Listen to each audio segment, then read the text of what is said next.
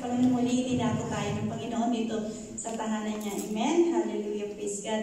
Sabi nga sa Hebrews 10:25, huwag natin pabayaan ang ating pagtitipon, lalo na mga kapatid, sa rin na rin tayo nagkita-kita. Amen?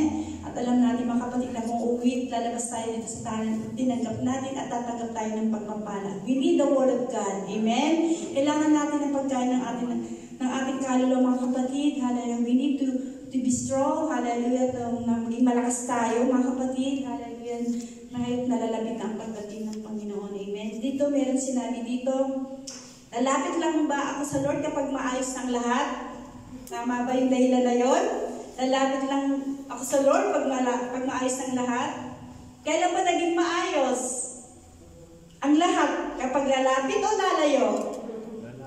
Lalapit. Amen. Praise the Lord. Yan yung ating itatapik natin mga kapatid na makaganda. And it's carrying to all of us. Amen. Hallelujah. Ang salita ng Panginoon ay nakaka-encourage yan mga kapatid. Nakaka-lift up ng ating kaluluwa mga kapatid. Amen. So maghahantay ka na lang na maging maayos yung lahat bago ka lumapit at maglingkod. Ganun ba? Pag hindi pa maayos. No? Hallelujah. Sabi mo, Lord, siguro maaaring sa atin, nung bago pa lang tayo, sabi mo sa Lord, Lord, kapag may trabaho na ako, maglilingkod na ako sa iyo. Yan, marami nagpo-promise. Lord, kapag nakuha ko yung trabaho na yon, maglilingkod ako. Ngunit, nung nagkatrabaho na at tatambakan ka ng mga commitments, lalo kung nawala ng panahon, at humingi ka pa na extension sa Lord, kaya sabi mo, kapag wala na akong ginagawa, doon na lang ako lalapit. Amen? Kaya Panginoon, kapag natapos ko talaga itong pag-aaral ko, sa kolehiyo, magtatapat na ako. Noong nagka-graduate na, nagbago na isip. At sabi mo, Lord, medyo busy pa sa work. Nasa talaga ito, tapos magsisimba na ako. Amen, yun yung mga bagay na sinasabi natin, amen? Kapag sinagot ka na, meron kayong pinag-pray sa Lord. Hallelujah, especially mga lalaki, yung mga nanonood ngayon. Hallelujah. Mga young people, hindi na. Lord, kapag sinagot na ako ng nililigawan ko, hindi na ako mawawala sa gawain mo. Nung sinagot ka, nakalimutan ko yung mga ako. Naging busy na. Amen? Hallelujah. Especially ang naging girlfriend mo ay unbeliever o worldly. Siyempre, hatakin ka niyan. Amen? Tapos pinangako mo, tapos pag kinasal ka na, magkapamilya, tapos eto na, sasabihin, Lord, kapag lumaki na yung anak ko, doon na lang maglilingkod. Yes, mamatay na. Amen? Lumago lang, Lord, yung sabi din natin, pag lumago, Lord, yung negosyo ko. Kapag naging stable ng income, kapag nakabili na akong lupa, bawawi talaga ito sa iyo, Panginoon. Nung lumago na nangyari, mas lalong dumaming trabaho. Amen? At intindihin sa buhay. Kaya ang sabi mo na lang, Lord, ito na talaga, kapag may pagkakatiwalaan na ako sa negosyo ko, lagi na ako dadalo sa gawain. Kapag malakas na ako at wala na akong sakit, yan.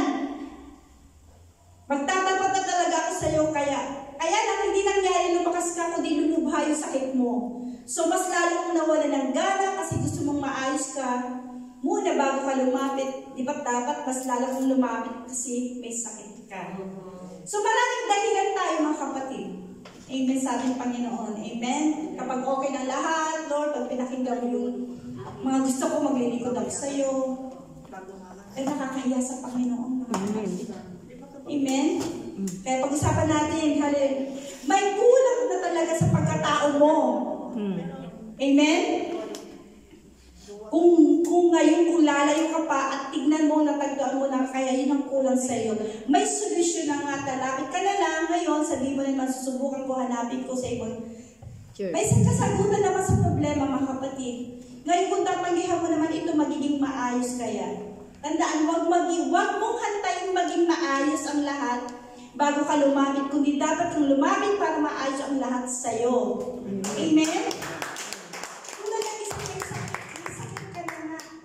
Pupunta ka ba naman sa doktor na wala kang sakit? Siyempre, pag may sakit ka, pupunta ka sa doktor. Lahat na pupunta kang okay ka, healthy ka, na pupunta ka sa doktor. Amen? Ibig sabihin, nangangailangan ka na isang doktor dahil may nararamdaman, lalapit ka, pupunta ka. Amen? Yan yung tama. Amen? Amen. Is the Lord, Isaiah 55:6, inyong hanapin ang Panginoon, samantalang siya'y masusumpungan, magsitawag kayo sa Kanya, samantalang siya'y malapit. Ayan, Isaiah 55, mga kapatid. Disanin ang masamang lakad at ang liko at kanyang pag-iisip at manumbalik sa Panginoon at kaawaan kaawaan niya siya at sa aming Diyos sapagkat siya'y magpapatawad ng sagana. Lumapit ka habang may pagkakataon yan, mga kapatid, lahat tayo narito at sa mga viewers. Napakaganda ng mensahe ito ng Panginoon sa atin. Alam mo bang mahal tayo ng Panginoon? Pinapaalahanan niya tayo sa pamamagitan ng salita ng Panginoon. Lumapit ka habang may pagkakataon. Walang ibang pagkakataon kundi ngayon. Hindi bukas o makalawa, mga kapatid. Huwag mong hantayin maging maayos ang lahat. Talaga namang walang maayos ang lahat eh. Huwag kang dumipend sa kasalukuyan sitwasyon mo. Ang sabi na iba, Lord, tapusin ko lang itong pinag-aaral ko and then after na pag-aralin ko to, magiging okay na ako. Hindi na ako magtatrabaho ng linggo. Pero anong nangyari? Natapos yung pinag-aralan, mag-a-apply na naman mag-abroad, another expense. Di ba? Ganun nangyayari, amen? So ano mangyayari yung tinutulungan mo? Andun pa rin mga kapatid. Hallelujah. Kasalukuyan, kondisyon ng katawan mo, pangkatawan, kalagayan mo sa buhay. And amen? Bago ka lumapit, dahil ang buhay mo hindi natin hawak. Tandaan natin mga kapatid, hallelujah. Maaring andito ka ngayon, ngunit bukas wala ka na. Amen. Malakas ka ngayon, nakakatanda, nakapagtrabaho pa. Bukas mahina ka na. Amen. Nakakalimot at bedridden. Hallelujah. Buhay ka ngayon, ngunit bukas hindi mo alam. Baka tamaan ka ng ligaw na bago sa gasaan, mawod at mapatay. Amen? Isang gusto ko lang i-testimony, alam natin lahat ito, may isa tayong kababayan, a year ago, o 3 years ago, hindi natin siya kapananampalataya. Pero isa na kapatiran na humingi ng tulong o lumapit kay pastor na pwedeng puntahan sa ospital. Alam niyo yan, Sister Sol. Pinuntahan natin yung isang kababayan natin na yun, na 70 years old na siya at that time. Halos isang buwan na siya sa hospital na walang dumadalo sa kanya, mga kapatid. Halos butot balat na siya na hospital naka-on bed. Nung dinalo namin siya, mga kapatid, talaga naman, Pastor, pray for her. Talagang gusto-gusto yung ipapanalangin siya. Gusto-gusto niya may fellowship. Gusto-gusto niya may dumadalo at nakakausap siya, mga kapatid, hanggang sa halos, I don't think, 2 weeks, 3 weeks na dumadalo daw, more than a month. Patuloy na may kapatiran, salit-salit na dumadalo sa kanya, pinapakain siya, at talaga naman lumalakas hanggang sa pinipipray siya ni Pastor at nililehas. Pinatanggap siya ni Pastor na senior niya yung salvation, mga kapatid. Hallelujah. Anong sabi niya? Pastor, gusto kong dumalo at gusto ko na magpabaptize. Then na-share na ni Pastor yung salvation, na mahal ka ng Panginoon kahit nasa tayo na nandito ka sa kalagayan sickness. Dahil mapapalit siya dahil, mga kapatid, halos wala siya, maanimik kumagin pero walang dumadalaw. Amen? So andun tayo, mga kapatid.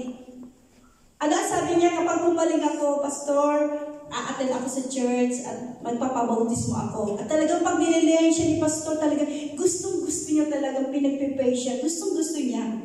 Pero the reason, mga kapatid, hallelujah, dumating ang time, pero salamat sa Panginoon, mga kapatid, hallelujah, dumating ang time na pinapakain namin siya one time, ayaw niya nang kumain. So parang nagbibigay na rin siya or doktor, sinabihan na, mali, mga ilang araw na lang at kukunin na siya. So dumating nga yung time na yung mga kapatid na binawian na rin siya ng buhay. Bakit ko sinasabi ito, mga kapatid? Ito isang testimony at hindi scripted. Totoong nangyari at nangyayari at mangyayari. Hahantayin pa ba natin, mga kapatid, na nandun na tayo sa bed? Hallelujah. In 70 years old or 50, 60, na malakas ka. Saan natin ibinigay yung lakas natin, mga kapatid? Amen? Hindi yung time na wag naman natin tulad ng Lord na kung kailan nandun na tayo sa balik ng karamdaman at doon tayo ngayon nating maging. Wala na tayong lakas. Wala na tayong lakas pumunta sa church. Wala na tayong lakas mag-Bible study. Wala na. Amen. Hanggang sa kinuha na ng Panginoon. Ito isang malaking testimony, mga ating lahat at paalala, mga kapatid. Habang may lakas pa tayo. Amen. Hallelujah. Huwag mo sabihin, malakas ako ngayon. Saka na lang ako mag-a-attend. Saka na lang ako maglilingkod. Amen. Hallelujah. Tulad nito, baka tamaan tayo ng sakit na hindi natin na. Ngayon ang tanong, are we ready? Alam natin, tandaan natin, mga kapatid, kapag tayo ay namatay, lahat tayo mamamatay. Haharap tayo sa judgment. Ano ang ginawa natin? Amen? Iyon ay paalala. Kaya kasi yung iba, okay lang kayo sinasabi ng iba, rest in peace. Hindi po totoo yung rest in peace, mga kapatid. Rest in peace sa mga tunay na anak at naglingkod sa Panginoon. Pero yung lumalikod at nireject at hindi naglikod sa Panginoon, saan sila patutungo? Amen? Hallelujah. Kaya napakaganda mga kapatid, napakagandang ganito tayo may gawain. Nagpapaalala ang Panginoon. Parang ang doktor. Amen? Nagbibigay siya ng mga prescription kung anong ating gagawin para maging malusog, mabuhay tayo, mag-uminom ng gamot. Ganoon din ang ating Panginoon mga kapatid. Ang salita ng Panginoon ating kalakasan. Kaya habang may lakas pa tayo mga kapatid, na hindi natin alam ang bukas. Ang sabi na nga ng Panginoon dito, at dahil doon sabi ng Biblia, ng salita ng Diyos, magsiparito kayo ngayon. Nagsasabi ngayon, bukas ay magsiparoon kayo sa ganung bayan at titira kami doon sa 1 taon at malakal at magtuto. Kayong mga hindi nakakaalam, so hindi natin alam ang bukas. Amen. Kayo hindi nakakaalam ang mangyayari bukas. Ano ang iyong buhay? Kayo isang sigaw sa sandaling panahon ay lumilito at pagdakay na papawi. Hindi natin hawak ang buhay natin. Hindi natin hawak ang bukas. Ayan mga kapatid. Malinis sa pinalalapit na upang maayos na dahil tandaan natin ang iniibig ng Diyos kahit na tayo makasalanan. We are all sinner mga kapatid. Kaya hindi totoo na kinakailangan maging maayos ka muna bago ka lumapit sa Diyos. Walang ganun mga kapatid. Hallelujah. Lahat tayo dito, we are all sinner. Hindi naging maayos ang buhay natin. Naging madilim ang buhay natin. Pero tinanggap natin ang Panginoon mga kapatid.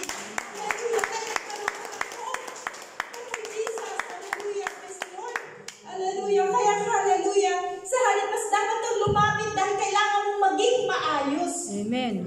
Amen? Kapag may problema tayo, huwag natin suluhin. Amen. Amen. There's a God na nandyan sa nakikinig. Dahil sa sarili mo lang, hallelujah, praise God. Ang bulong pa ng Diablo kapag nag-iisa ka dyan, bubulungan ka ng Diablo ng mga negative. Hallelujah. Pero kung lumapit ka at tayo may problema ka sa buhay mo, hallelujah, magulo ang buhay mo, mga kapatid, andyan ang Panginoon open arms. Alam mo bang pinapahirapan mo sa sarili mo kapag lumalayo ka? Amen. Amen? Yes. Hallelujah. Alam mo, di nasasayang ang pag-ibig na ibinigay ng Panginoon sa iyo dahil mas inibig mo ang ibang bagay. Amen. Amen. Hallelujah. Napakabuti ng Panginoon. Isipin mo na ng kapatid yung pinako ang Panginoon sa krus. Isa ka dun. Amen. Pinako ng Panginoon. Tinubos niya kasalanan mo, kasalanan ko.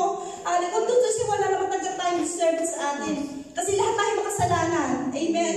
Romans 3:10. So kung sa pagiging matuwid lang sa harapan ng Diyos, disqualified tayo mga kapatid. Wala talagang matuwid. Hallelujah. Sa harap ng Panginoon. Amen. Hallelujah. At baka wala pang makapagpana sa kanyang kaharian. Hallelujah. Praise God. At baka mabakante pa nga ang langit. Dahil hindi tayo papasok tayo ng Diyos. Ngunit dahil ang Diyos ay makabagin, ayan, napakabahagi, mapagbiyaya, mapagpatawad, binigyan niya tayo ng pagkakataon lumapit sa Kanya upang magkaroon tayo ng buhay at may tuturing na anak. Di ba mga kapatid, napakagandang balita? Hallelujah, siya rin tunay na tutubos na ating kasalanan. Siya yung tunay nagmamahal. Siya yung tunay na mag-iingat sa iyo mga kapatid. Kaya sabi Ephesians 2:8, sapagat sa biyaya tayo naligtas sa pamamagitan ng pananampalataya at hindi sa iyong sarili. Amen. Dahil sa pananampalataya ng mga kapatid tayo naligtas. Kaya ang John chapter 1 verse 1, dadapat ang lahat ng sa kanya nagsitanggap ay pinagkauluban niya sila na karapatan maging mga anak ng Diyos. At maging matuwid bagay sa mga nagsisimpan. Ang paglapit sa Panginoon hindi kabawasan. Mga kapatid, amen? Hallelujah. Sa buhay, kundi siya kompleto sa buhay natin. Amen. Kaya napakaganda na minsan ang paglikod sa kanya hindi isa lamang dagdag pansanin o limpak na schedule, kundi ito'y mag-aayos na priority mo, mga kapatid. Hallelujah.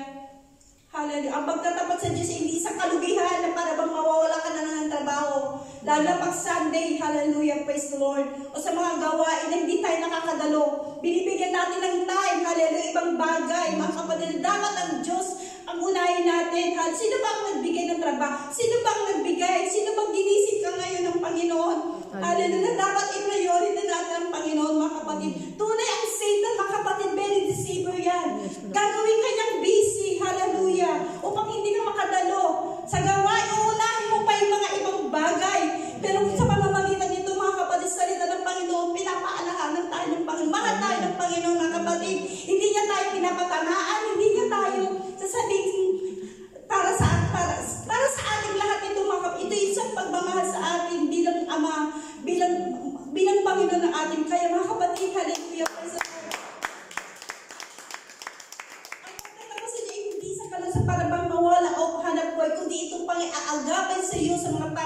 mo sa araw-araw. Amen, mga kapatid, we need God in our daily life. Hallelujah, praise God. Kaya ano man ang pangailangan mo, ang Panginoong Jesus lang ay nakahandang solusyon sa iyo. Ang dapat mong gawin ngayon, magsisi, talikuran ang kasalanan, magbalik loob sa Kanya. Tanda ng papasakot at papakumbaba. Hallelujah, yun ang nais ng Diyos sa atin, mga kapatid. Hallelujah, praise God. Kaya ang sinabi, Acts 3:19, kaya magsisi. Kayo magbalik loob upang mapawi ang inyong mga kasalanan, upang kung kayo magsidating ang panahon ng kaginawaan mula sa harapan ng Panginoon. Hallelujah. Salamat sa salita ng Panginoon, mga kapatid. Tunay tayo ini-encourage ng Panginoon. Tayo kinakausap ng Panginoon sa pamamagitan ng salita niya at sa pamamagitan ng ating mga ngaral. Mga we're so blessed. We are here right now, mga kapatid. Dumating ngayon ang oras ito. Sa oras ito, lahat tayo dumating ang Panginoon. Lahat tayo, mga kapatid. Hallelujah. Hallelujah. Makakatumpong ng kaligtasan. Pero kung hindi tayo dadalo, hindi tayo kakain, mga kapatid, ng salita ng Panginoon, ano ang mangyayari sa spiritual life natin? Manghihina tayo, wala tayong sustahin kinakain. Kaya meron lang naman tayong marinig, may pagsubok, madali tayong ma-down. May sisisihin pa tayo, mga kapatid. Hallelujah. Ganyan ang bulong ng kaaway, mga kapatid. We need to go on. We need to move on. We need more closer to God. Hallelujah. Magkaroon tayo ng ganitong pagtitipon. Mag-encourage tayo sa isa't isa. Hallelujah. Huwag tayo makinig sa salita ng kaaway o diablo o sanlibutan. Mga kapatid, hallelujah. Praise God. Dito tayo sa salita ng Panginoon. Hallelujah. Kaya I encourage you to all of you. Hallelujah. Praise God. Hallelujah. Magtiwala, unahin natin. Ha? Sabi nga nung last preaching ni Pastor, hallelujah, God first. Amen? Palakpakan natin. Praise God. Hallelujah. Isang pagpapala, itong kalakasan sa ating salita, tayo po'y mananalangin. Hallelujah. Praise the Lord. Itaas natin ating mga kabay. Dakilang Ama sa langit, we're so thankful and blessed sa iyong salita. Thank you, God, for the Holy Spirit of this me and God. So, God, itong mensahe mo para sa aming lahat ito, Panginoon, at sa mga viewers, so God. Tunay, Panginoon, na hindi magiging maayos ang buhay namin kung hindi kami lalapit. We are all sinners, Panginoon. Hallelujah. Dumating ka sa mundong ito sa mga makasalanan, hindi sa mga banal, at walang maayos na buhay, Panginoon. Kaya bumaba ka dito upang kami tubusin mo kami, ayusin ang bawat buhay ng bawat nilang mo, Panginoon, at ayaw mo lahat ay maparusahan at maghirap. Salamat sa iyong banal na salita, Panginoon, na ito'y kalakasan sa amin, Panginoon. Hallelujah. Hallelujah. Anumang meron kami, Panginoon, hallelujah. Anumang magulong buhay ay ilalapit, may karamdaman, financial needs, hallelujah. Relationship, Lord, ilalapit po namin ito sa iyo, Panginoon, hallelujah. Patuloy na nawa, Lord, ilagay namin sa isipan na unahin ka, Panginoon, hallelujah, sa lahat ng bagay, sa lahat ng aming gagawin, at hindi kami maging busy sa mundo, sapagkat nagbigay ka, Panginoon, ng 24 hours, hallelujah, hallelujah, sa bawat aming gagawin na ikaw ang laging pangunahan, O Diyos, hallelujah. We thank you, Lord, we glorify your name, O God, hallelujah. In Jesus' mighty name, amen.